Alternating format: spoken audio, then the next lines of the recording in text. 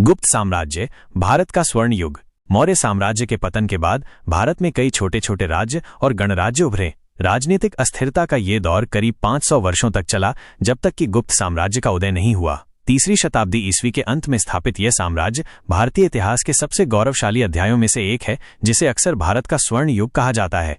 गुप्तों का उदय और चंद्रगुप्त प्रथम पाटलिपुत्र, आधुनिक पटना के पास एक छोटे से क्षेत्र में शासन करने वाले गुप्तों ने धीरे धीरे अपनी शक्ति बढ़ानी शुरू की। इस वंश के पहले महत्वपूर्ण शासक थे चंद्रगुप्त प्रथम। उन्होंने लगभग 320 ईस्वी में मगध पर शासन किया और लिच्छवी राजकुमारी कुमारदेवी से विवाह करके अपनी स्थिति को मजबूत किया। यह विवाह गुप्तों के लिए एक महत्वपूर्ण राजनीतिक उपलब्धि साबित हुआ, क्योंकि लिच्छवी उस समय एक शक्तिशाली और प्रतिष्ठित गणराज्य था। चंद्रगुप्त प्रथम ने महाराजा धीराज की उपाधि धारण की, जो उनके बढ़ते प्रभाव का प्रतीक था।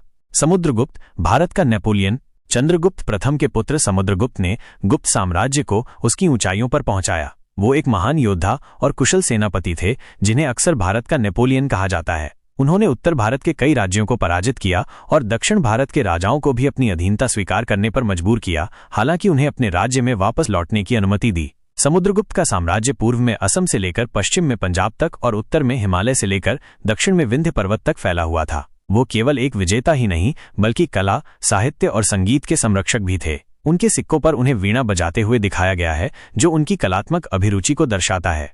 चंद्रगुप्त द्वितीय, विक्रमादित्य की उपाधि।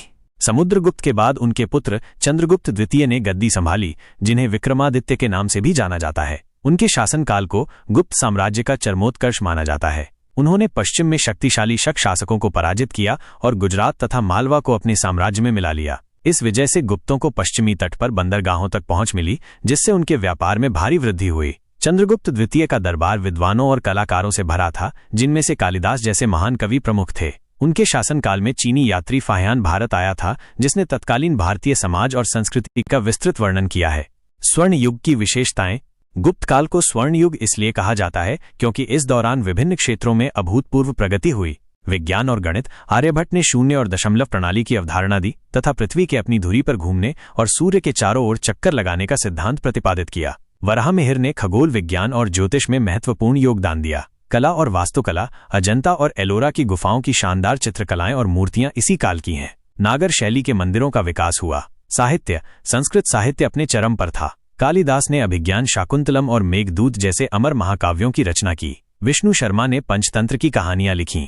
धातु विज्ञान, दिल्ली का लौह स्तंभ, जो हजारों सालों से बिना जंग लगे खड़ा है, गुप्त काल की उन्नत धातु विज्ञान का प्रमाण है। समृद्धि और शांति, साम्राज्य में शांति और व्यवस्था थी, जिससे व्यापार और कृषि फली फूली। जनता सुखी और समृद्ध थी। पतन की ओर। 5वीं शताब्दी ईस्वी के मध्य के बाद गुप्त साम्राज्य धीरे धीरे कमजोर पड़ने लगा। हुणों के लगातार आक्रमण ने साम्राज्य की सैन्य और आर्थिक शक्ति को बहुत नुकसान पहुंचाया। स्कंदगुप्त जैसे कुछ शासकों ने हुणों का बहादुरी से सामना किया, लेकिन बार बार के हमलों ने साम्राज्य को भीतर से खोखला कर दिया। आंतरिक संघर्ष, कमजोर प्रशासन और सामंती व्यवस्था के बढ़ने से केंद्रीय सत्ता क्षीण होती गई। 6ठी शताब्दी ईस्वी तक गुप्त साम्राज्य छोटे छोटे राज्यों में बिखर गया और इसका पतन हो गया। हालांकि गुप्त साम्राज्य का अंत हो गया, लेकिन इसने भारत को कला, विज्ञान, साहित्य और संस्कृति के क्षेत्र में एक ऐसी विरासत दी जिसकी छाप आज भी देखी जा सकती है। यह काल भारतीय सभ्यता के उत्कर्ष का प्रतीक है, जिसने आने वाली कई सदियों के लिए प्रेरणा का काम किया। अगर आपको ये वीडियो ज्ञानवर्धक और रोचक लगा तो द रियल स्टोरी को लाइक, शेयर और सब्सक्राइब करना न भूलें। हम आपके लिए ऐसे ही अनसुने और ज्ञानवर्धक कहानियां लाते रहेंगे। देखते रहिए द रियल स्टोरी। और हाँ, इस वीडियो को अपने दोस्तों के साथ शेयर करना बिल्कुल न भूलें, ताकि उन्हें भी पता चले कि आप कितने ज्ञानवर्धक वीडियो देखते हैं।